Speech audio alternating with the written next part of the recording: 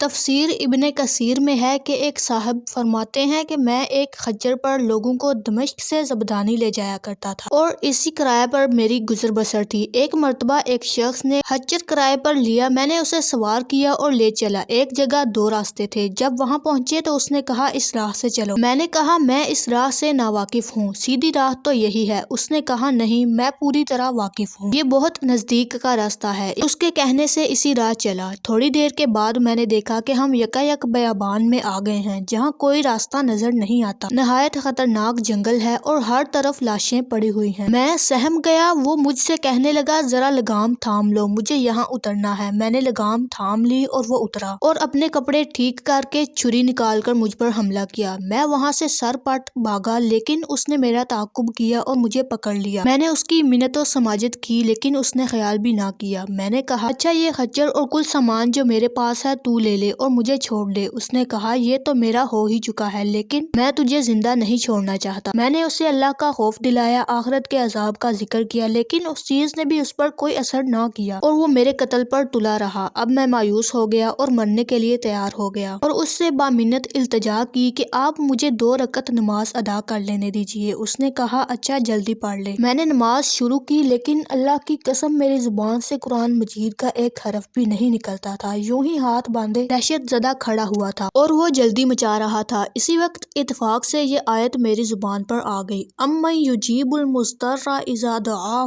ویکشف السوء۔ اللہ ہی ہے جو بے قرار کی بے قراری کے وقت دعا کو سنتا ہے اور قبول فرماتا ہے اور بے بسی، بے کسی، سختی اور مصیبت کو دور کر دیتا ہے۔ بس اس آیت کا زبان سے جاری ہونا تھا جو میں نے دیکھا کہ بیچوں بیچ جنگل میں سے ایک گھوڑ سوار تیزی سے اپنا گھوڑا بھگائے نیزہ تانے ہماری طرف چلا آ رہا ہے اور بغیر کچھ کہے ڈاکو کے پیٹ میں اس نے اپنا نیزہ گھسیڑ دیا جو اس کے جگر کے آر پار ہو گیا۔ وہ اسی وقت بے جان ہو کر گر پڑا۔ سوار نے باگ موڑی اور جانا چاہا لیکن میں اس کے قدموں سے لپٹ گیا اور کہنے لگا اللہ کے لیے یہ تو بتلاؤ کہ تم کون ہو۔ اس نے کہا کہ میں اس کا بھیجا ہوا ہوں جو مجبوروں، بے کسوں اور بے بسوں کی دعا قبول فرماتا ہے اور مصیبت و آفت کو ٹال دیتا ہے۔ میں نے اللہ کا شکر ادا کیا اور وہاں سے اپنا خچر اور مال لے کر صحیح سالم واپس لوٹا۔